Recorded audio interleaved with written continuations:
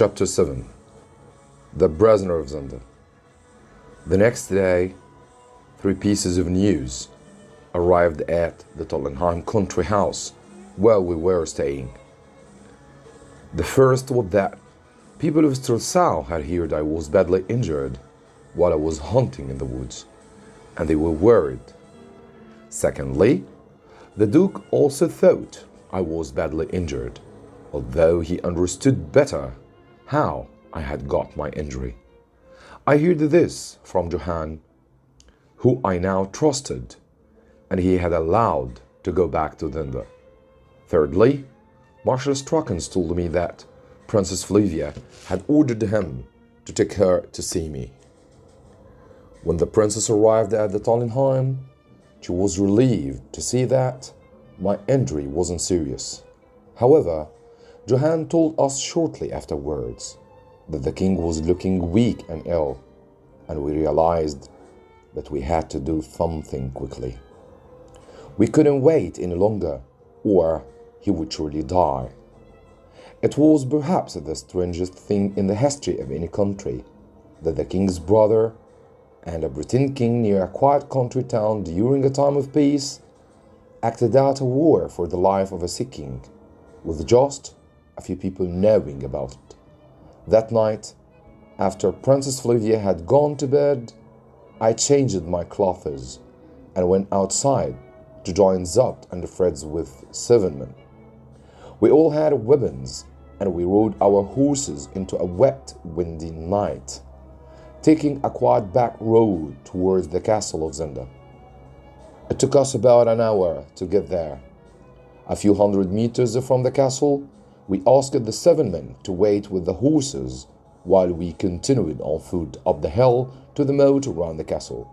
Here, Zapt tied a rope to a tree, and I took off my boots, using the rope to climb down into the water. Although the night was windy and wet, it had been a warm and sunny day, and the water wasn't cold, and I swam without difficulty around the castle walls. I could hear voices inside the castle, but it was so dark that I didn't think anyone could see me. I remember what Johann had told me and thought I must now be near to the window to the king's room. Then I saw the giant pipe that led from his window to the moat, and I was about to go nearer when I heard the noise.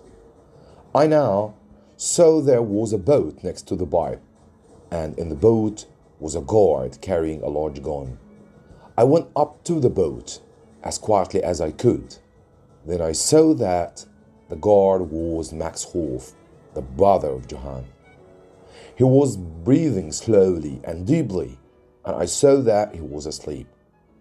I swam slowly and silently up to him, and though I hated to do it, this was war, so I stabbed him to death. Now I had time to look carefully at the pipe.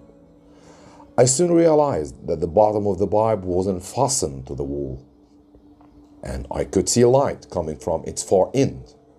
I tried to push it, and although the pipe was very heavy, it moved just a little. Then I heard voices. One was the king, and the other was a man with an English accent. It was Richard. "Time for your sleep," said the Englishman. "Why doesn't my brother kill me now?" said the king in a weak voice. "The Duke doesn't want you to die." "Not yet, anyway. Sleep well," said Richard. Then the light disappeared, and I could hear a door being locked. Now all I could hear was the king quietly crying. I realized nothing more could be done that night, so I climbed in the boat with Max dead at the bottom and drove it back to the rope. The wind was blowing hard now, so I didn't worry that anyone would hear the boat. When I arrived next to the rope, I tied it round Max's body and asked Zap to pull it up. Then I climbed back to my friends. Zap whistled for our 7 men to come and get us with their horses. But as they got nearer, we heard several shots and loud cries, and then a voice called out, "They have got me, Robert! There are 7 of them! Save yourself!" We were running towards our men when a horse arrived with Robert Henzo in it. It was so dark that he didn't see us, so I took a large stick and ran forward towards the horse's head. Now, surely we had him, but he was too quick. He waved a sword at me and cut my stick in half. I stepped back, and before we knew it, he had disappeared into the night. I later found out that Lindgren and Krafstein were both killed by our men. Although the fight had cost us 3 of our men, we went home with heavy hearts for our friends, worried about the health of the king and angry that Robert had escaped. The next day, I received a visit from the chief of police in Strelsau. He told me that the prison ambassador had reported that an Englishman called Rosendal had disappeared near the town of Zenda. They had found his bags at a nearby train station, and a man called Mr. Fiddley from Paris believed he was traveling with Madame de Maupin. He asked if I knew the lady. "Yes, I do," I replied. "I believe she and her servants were guests of Duke Michael." "I see," said the policeman. "Go back to Strelsau and tell the ambassador what you know. I'll look into this for you," I told him. "Return in 2 weeks, and I'll tell you what I have found." I wanted to have at least 2 weeks without any more difficult questions. My game had almost been discovered. But with the policeman in town that day, there could be no more fighting around the castle, and Robert clearly felt safe enough to ride out on his horse. When I saw him, I quickly caught up with him. He looked surprised to see me. "How's my brother today?" I asked him. "He's well," he replied.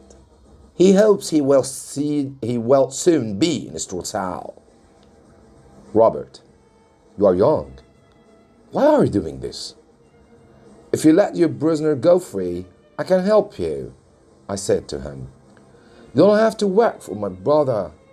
Robert looked ahead of him and said nothing for a minute. Then he spoke quietly. "You may be right. Attack the castle bravely. I'll tell you when.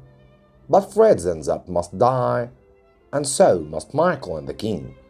That will leave 2 men alive, you and me. You will stay as the king, and I'll have a reward." "Would you really work against Michael?" I asked him. "He isn't a good man," he replied. "He makes me angry. I nearly killed him myself last night. Think carefully about my plan." With that, he rode off down the road. Later that day, Zapt could see that I was deep in thought, but I didn't tell him what I was thinking. There was a knock at the door, and a boy brought me a message. It read, "Johann will take this letter for me. I warned you before. The Duke discovered that I helped you that night in the summer house. He is now keeping me a prisoner in his mansion because he can't trust me. Please, if you can rescue me from this house of murderers, Antoinette de Maupin." What could I do? Time went, and I knew that for now I could do nothing to help either Madame de Maupin or the king. I soon heard that the people in Strelsau didn't like the fact that I had been away from them for so long. To keep them happy, my messengers told them that Flavia and I had arranged a date for our wedding, news which was greeted with great joy.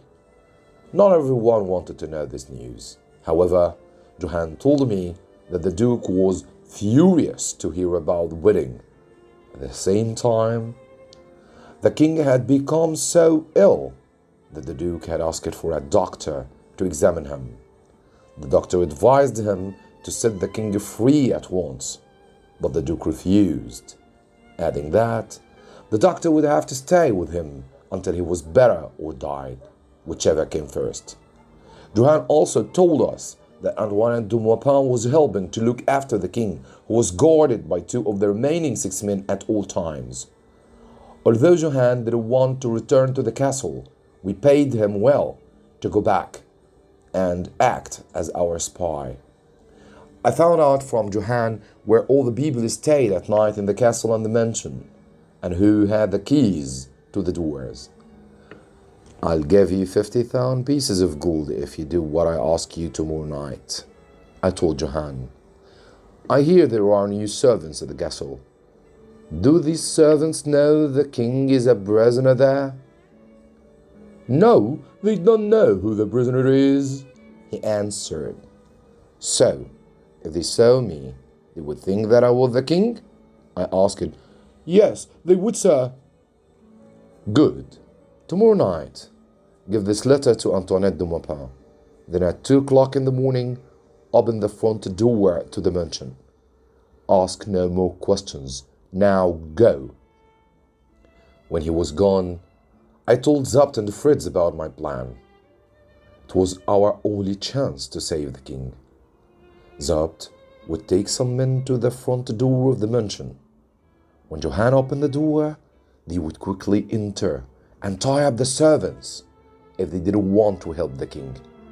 At the same time, Madame de Maupin would cry out for help for her room.